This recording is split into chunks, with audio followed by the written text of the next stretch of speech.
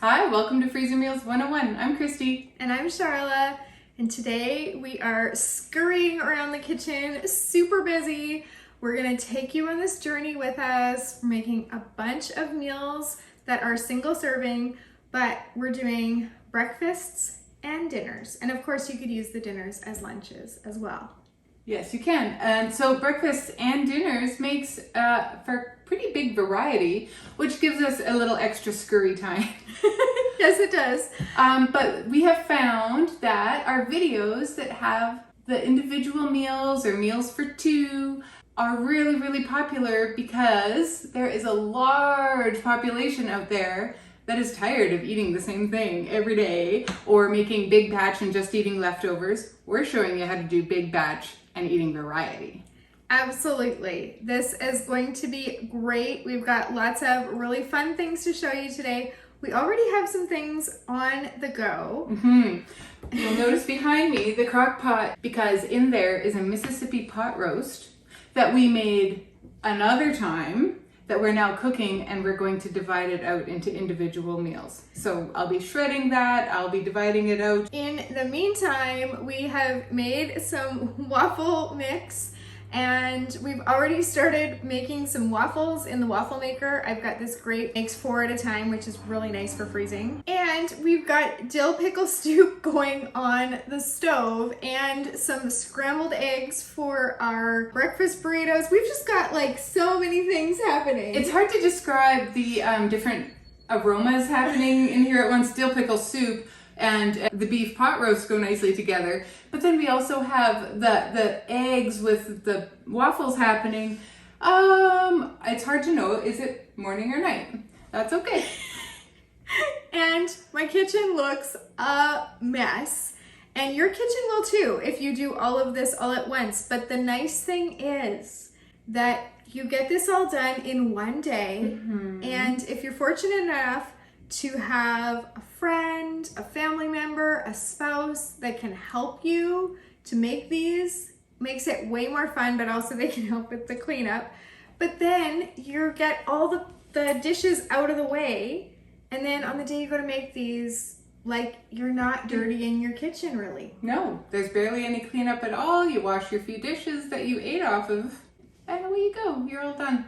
So you'll appreciate, like I said, we have said variety already 5 times.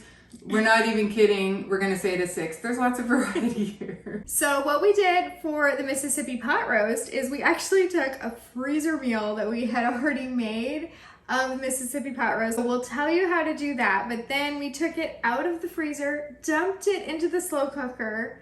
When it's done, we're gonna shred it, put it in quart-sized bags, and then we're gonna put it back in the freezer. Now, normally, it's not necessarily safe to take something out of the freezer, thaw it, and put it back in the freezer. But in this case, it is totally safe because we've done the magic thing in between. We're cooking it. So this is a great thing if you're doing freezer meals for one. Now, for you, you could dump all these ingredients straight into your slow cooker, of course, and just make this up, get it divided into the bags, and go.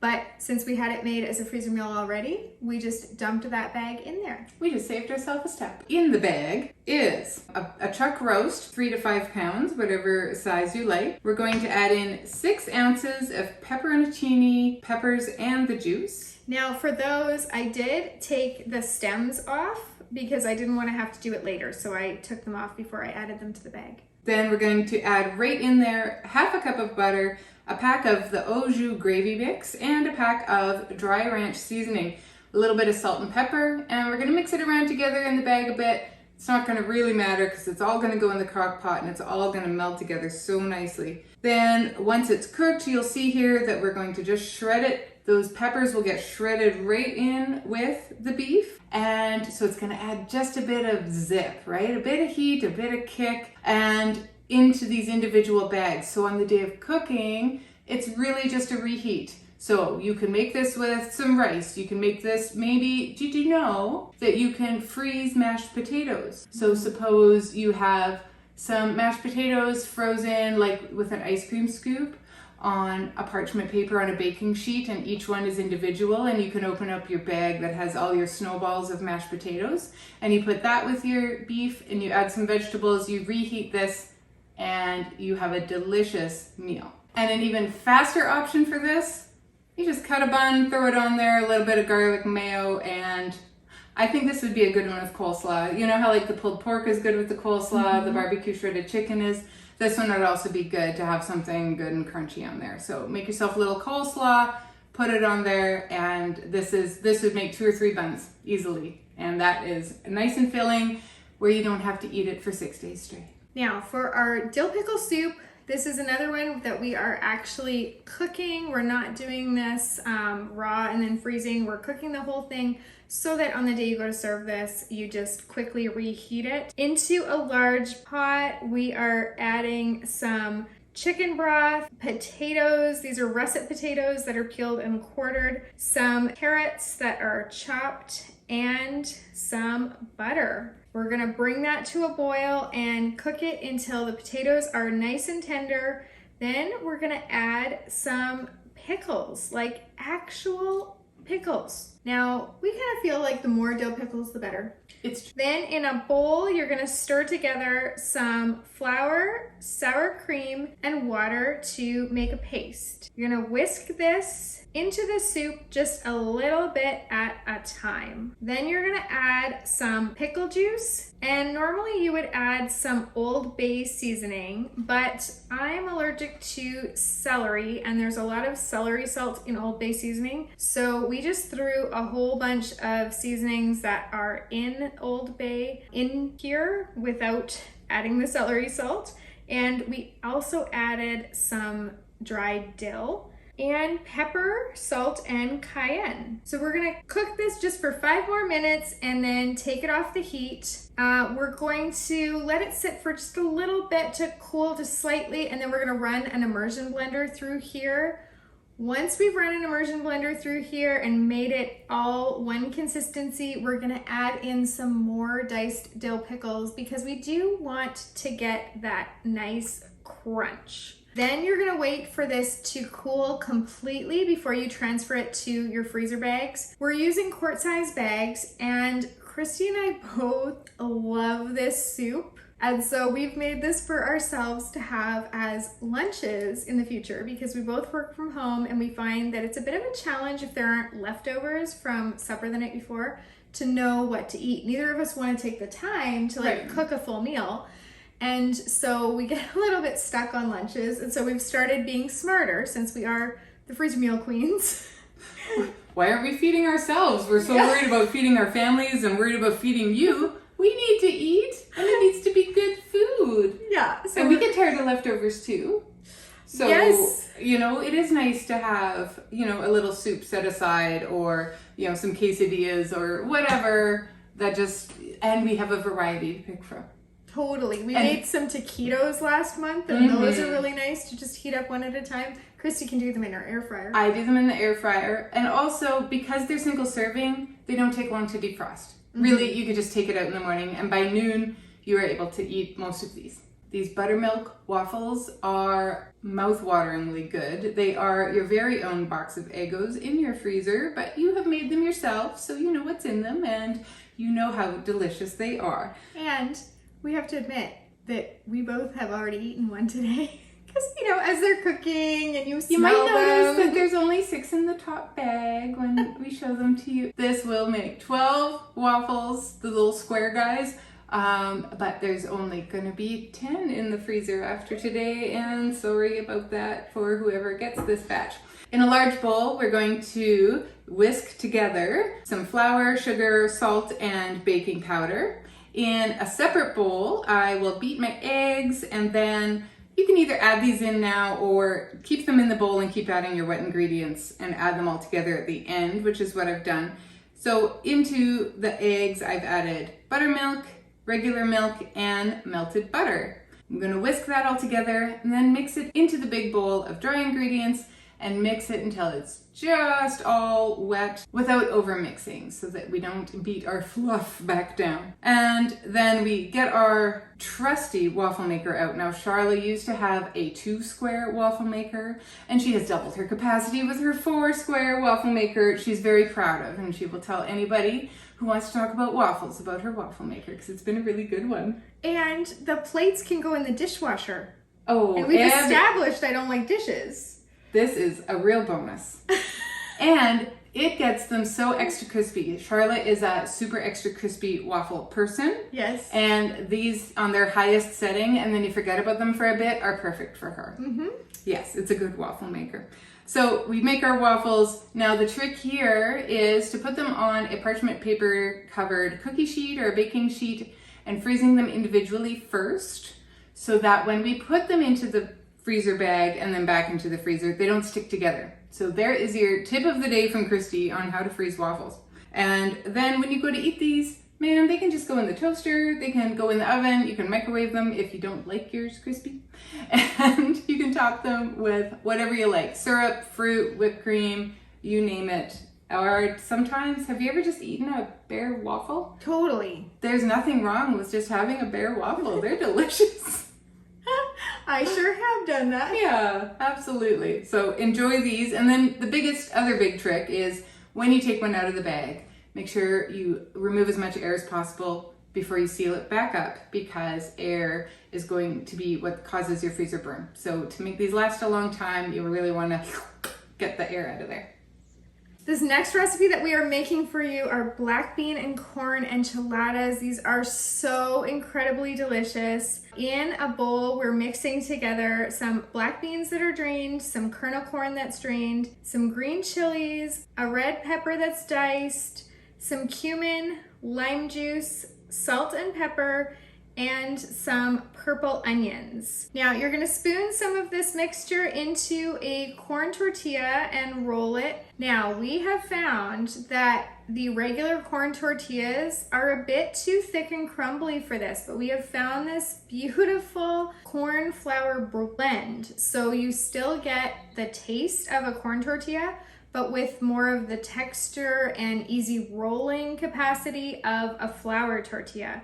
So these are smaller tortillas, and then you're going to fit these into a little tray, like an individual serving. You're gonna put them seam side down in there, and then you're gonna pour some enchilada sauce on top. Now, if you were making a full tray of these, like for a family size, then you'd get 12 to 14 of the tortilla rolls in there, and just 1 can of enchilada sauce would do you. But because we're doing these in individual trays, I find that you actually need more than 1 can of enchilada sauce, because enchilada sauce is like where the goodness is, really. And you don't want to skimp. No. You want to put enough sauce so that these are nice and coated. So I usually will open up, 2 cans when I'm making these in individual trays. Then you can top these with some cheese and put a lid on.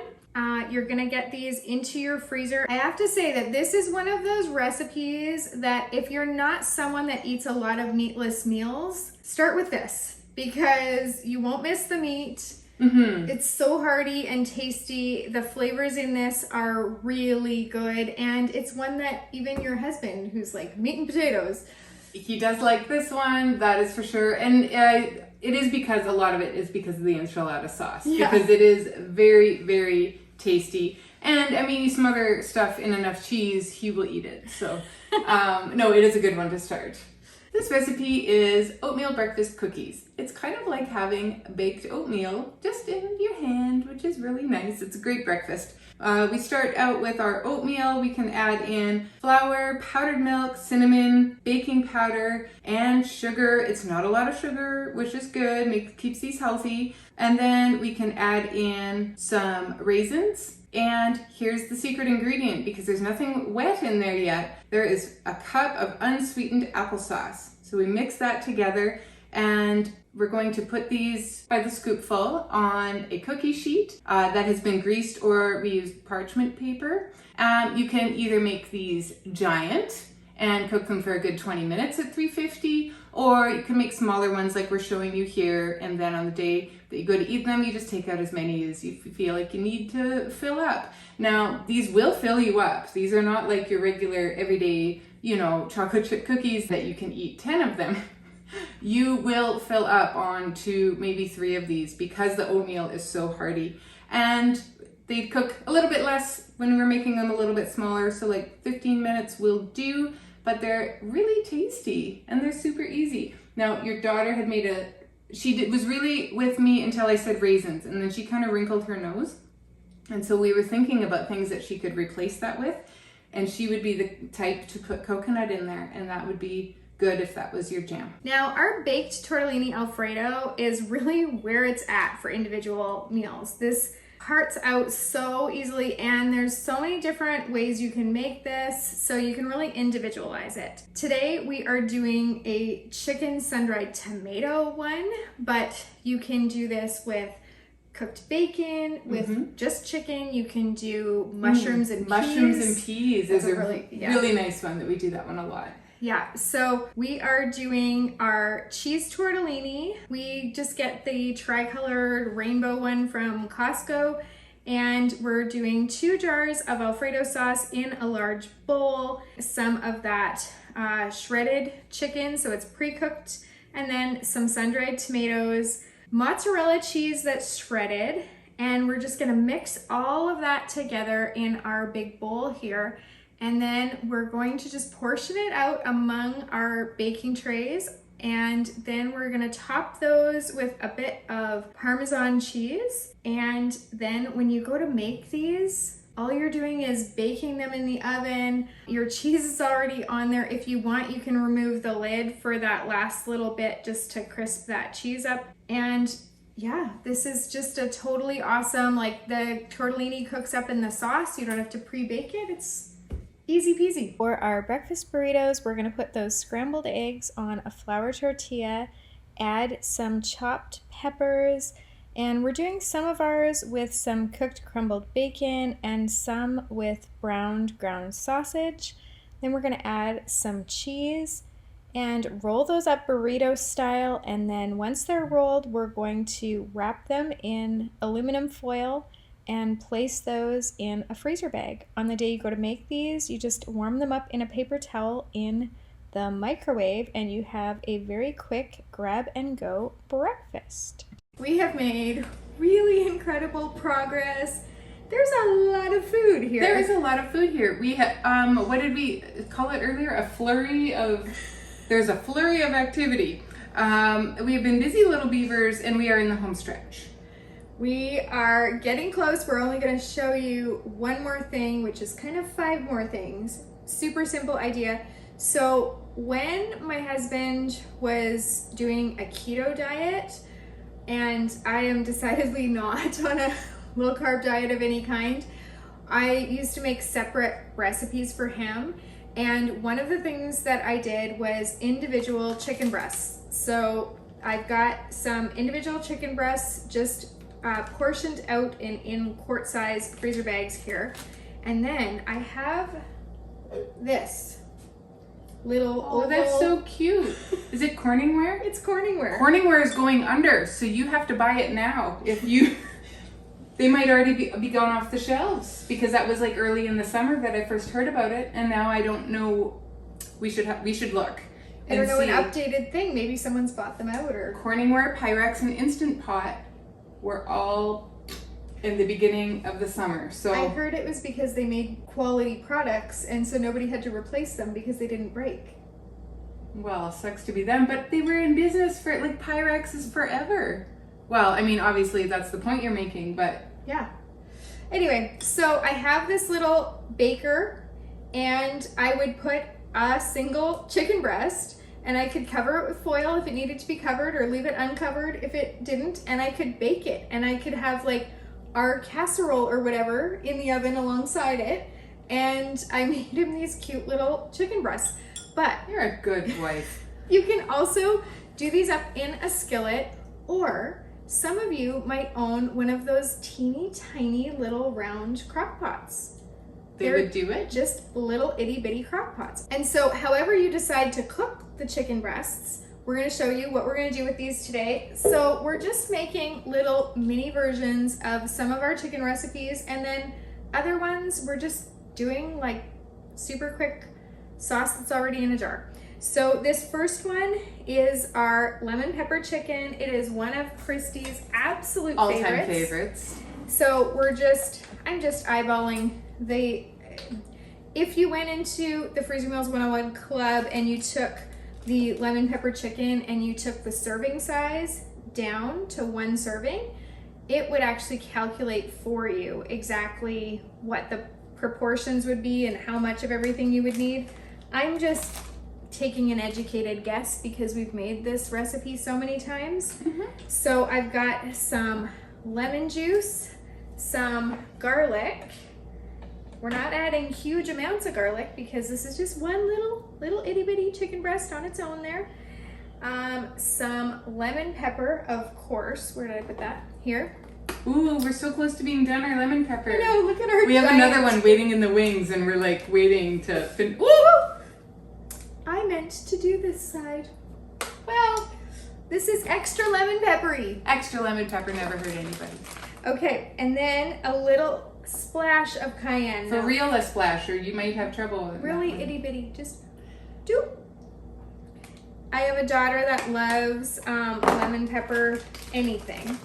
Oh, well, that's hers now. So she'll eat this, no problem. Actually, she might eat this today because she is at hair school. She's pretty hungry at the end of There's these some days. long days. It's been a while since she was in school, Yeah. and yeah. She's there until 7 at night and then has to drive about 40 minutes back home. So she's pretty hungry when she arrives. No kidding. Now, other ways that you could cook this, a lot of people, especially when you're seniors, instead of heating up your big oven, they have toaster ovens. You can cook a full chicken in a toaster oven, so this would be perfect in a toaster oven. And the other thing I'm gonna say might not sound very popular, however, microwave, hear me out, because microwave chicken doesn't sound really appetizing, but do you know what? Cooked is cooked, and if that's all you have, that's what you can do. But there are some like fancier microwaves that are also convection ovens. So again, you don't feel like you're wasting your entire oven by cooking one chicken breast. And the last method is again with the air fryer, but there are tabletop ovens that are air fryer slash, microwave. Yeah. They're like a supersized toaster oven. Right. That have different layers and racks that you can pull in and out, and that would be also perfect to go in there. So, you're not really limited. You could do this in college with a hot plate. Oh, totally. And a pan, really. So this is our lemon garlic. It is a really similar recipe actually, but it's got little subtle differences, and so it's got more garlic, and so we're gonna put more garlic in this one, and it does have the lemon juice still. It's got some parsley and some pepper and some olive oil.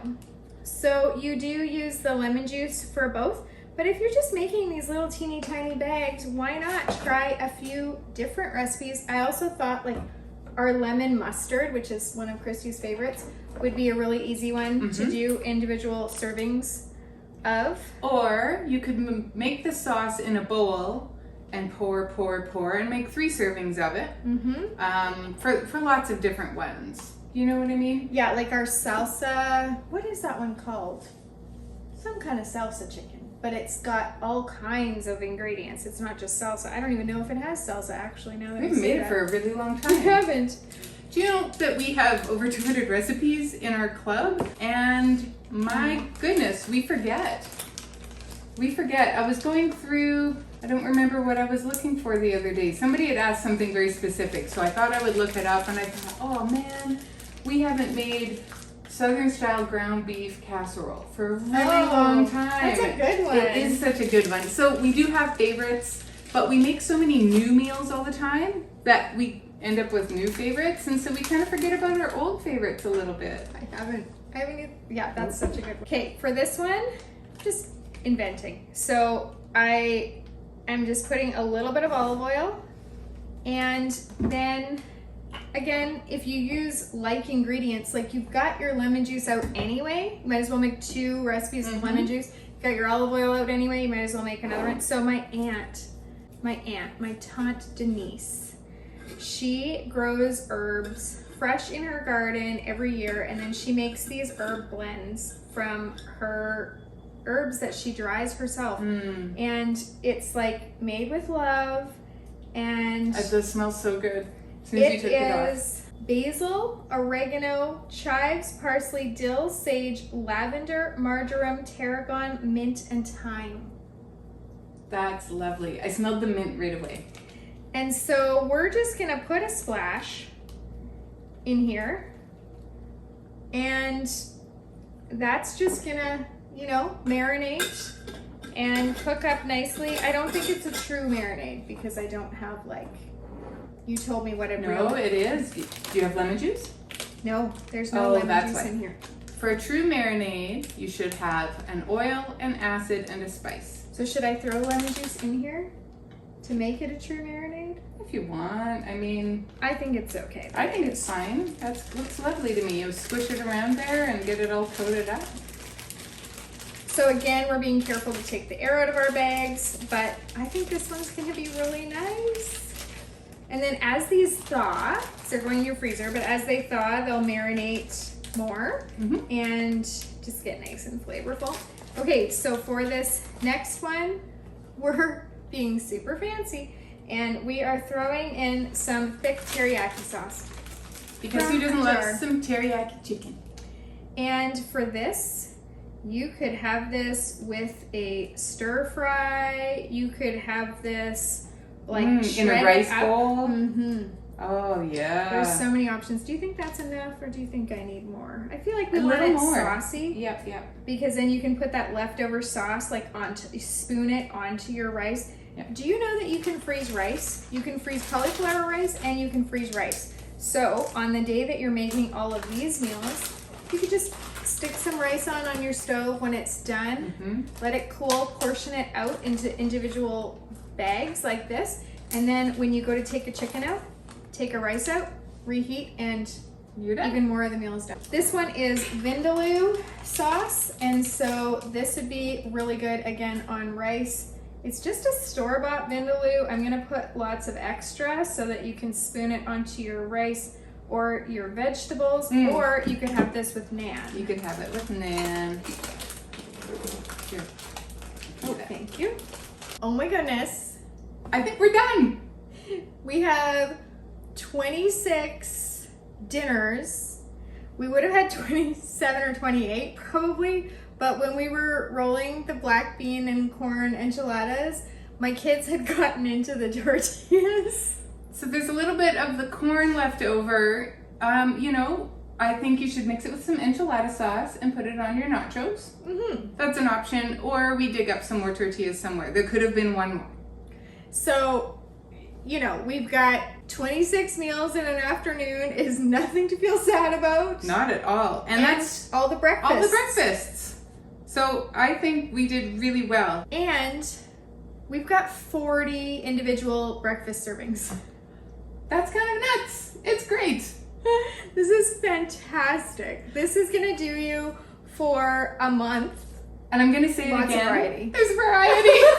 I beat you. You did. Now we're at like a 7. You should like do a tally ding every time. Oh, that's so funny. You know what? We have a lot of fun here. We really, really do. Yeah, we cover a lot of territory while we are making the food. You don't always get to hear all the juicy stuff. Charlotte and I are best friends. I live 2 doors that way. We've been doing this for over 11 years, over 12 years, because I moved in July of 2012. Okay. Oh, sorry, 11 years, because I'm bad with math. No, this really, we've been doing this together a long time. Find a friend and make your freezer meals together, because it really enriches your life in a lot of ways. We had a very deep talk about that earlier, didn't we? We did. We were talking about, like, what if we hadn't met? What if Christy hadn't moved into I prayed for the right neighbor for 8 months with my kids. Yeah. Like in the mornings, Yeah. we would do this like before we started our homeschool day and whatever, and then it was Christy, and I've never done that before with any of our other neighbors moving in. It just the neighbor that was moving out had a son that was friends with my son, and he was sad that they were leaving, and so that was. They wanted a family with kids to move in. Yes. And there's so many kids in our little neighborhood here. It's wonderful. And it's been a really good place for our kids to grow up, hasn't it? They grew up like cousins. Yeah.